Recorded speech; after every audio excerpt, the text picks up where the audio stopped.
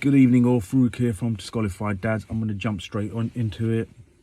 Now, this is a continuation of the whole community marriage scam, the community religious scam, and how your own community will turn on you. And this is the difference when you are Asian.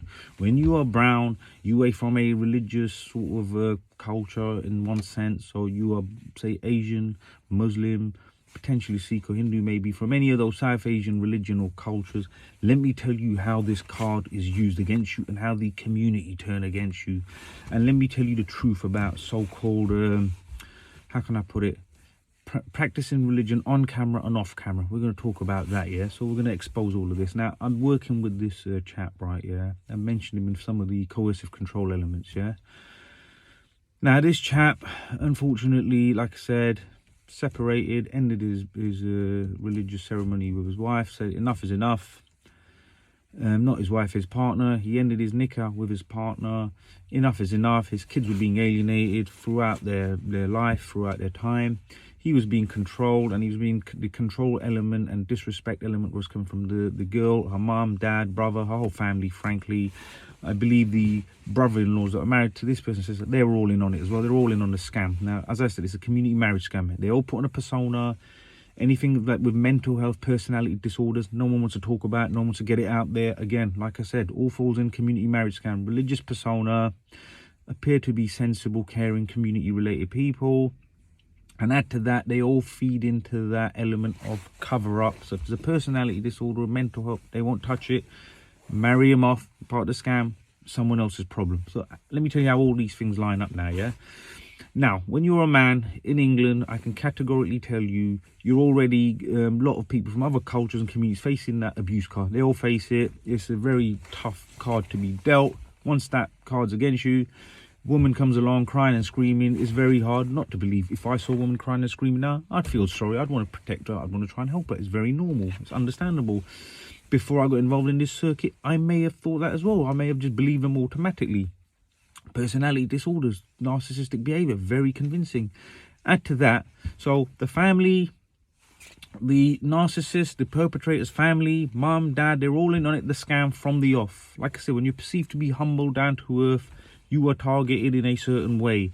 They won't mess about with you as if to say how they deal with their other son-in-laws and stuff like that. So the whole family collectively, along with potentially the brother-in-laws to be, as in not the missus's brothers, but her sister's husbands, potentially they're all in on the scam, yeah? They talk, everyone talks in the code language, they could all be in on the scam. Now let's get to it. This chap, false allegations planted against him. Add to that, oh, he's backward, he's, you know, because he's backward, he's very Indian or Pakistani or Bangladeshi, he's very backward thinking, he won't let me out, he won't let me do this, and that card's planted on you. Add to that the card of religion, oh, he forced me to wear hijab, niqab, he's, you know, it's all this, again, religion is a weapon, it can be used as a weapon. Now, add to all of these cards, this chap, his house was robbed, as I keep mentioning, this chap, he witnessed, and it's been recorded in private CCTV footage, his house being robbed.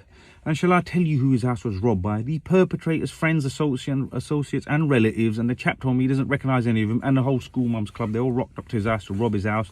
And admittedly, the police had some error in communication, and they stood there and they watched the house getting robbed literally for 3 hours. That is what goes on. This is the reality. So this guy watched this footage of his house being robbed and absolutely distraught. You know, he still gets emotional when he talks about it, yeah? Very distraught, very invasive, yeah? And funny that the people that robbed this house, they all, 80% had beards, hats, jubbahs, abayas, smiling, laughing, really practicing people. Now, let me tell you how the religious community will turn on you. And let me point at this video, yeah? Religion is for others and the camera. You don't have to apply it in your personal life. That is the... There's a lot of that going on. I'm going to expose all of this on this channel. All of these people are going to be exposed. I know what this guy went through, so I'm going to expose this on this channel. We have CCTV footage that the world will see. One is a practicing imam of a mosque in West London. Very young chap. But again, when it comes to his own relatives, the good book, evidence, walking to another man's house doesn't apply. It only applies when you're preaching and you're telling others. So good book to the side.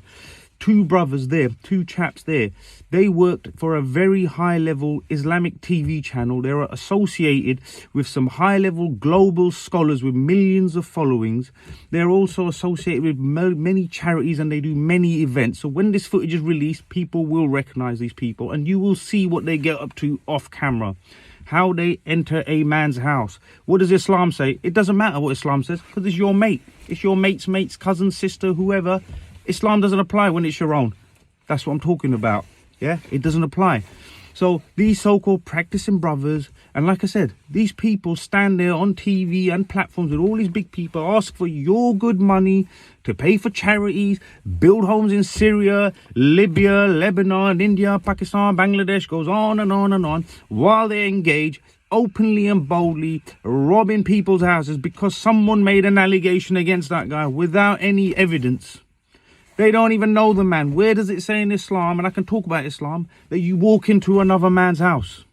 Now, this is what I'm trying to tell you. When you have allegations labelled against you and you are from a close community like this, your community will turn on you. The so-called religious sector, brothers that practice in the religious sector, will turn on you and get ghetto. Because when they're off camera, all of that goes off camera. The good book doesn't apply.